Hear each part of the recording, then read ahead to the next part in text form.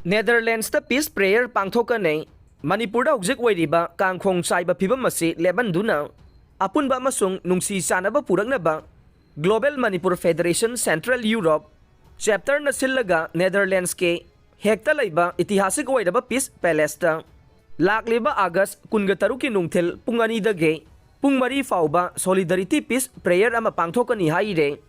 minute ani tumin na lairaga peace prayer asi hauraga makha tarakpada Manipur na mayoknariba singnaba sing puthokduna warol sing thamgane nungaitaba phibam asida awaba taraba victim sing amasung micham singidamakta santi purangnaba tangtaba hanjilangnaba miyam punna lawminagane peace palace dage Netherlands ki parliament house phauba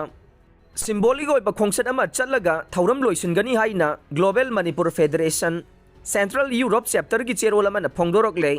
panba yabade Manipur da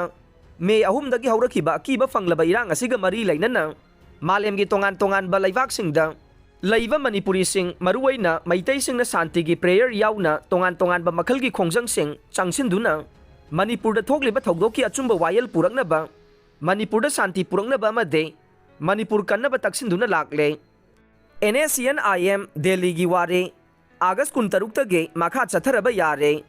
Manipur da akan ba irang leiringai marak amade kuki sing na thamliba wafam sing UN sine yamna kanna yaningda ba phongdoktuna sengdongna ba khangan baga loinana makhoi gi demand da akan ba saifu amana phudaringai chairakta matam sangna leptuna laklaba India government amasung NACNIM gi marakta wari sanabagi thabak lakliba August 13 tage makha chatharaba yana leide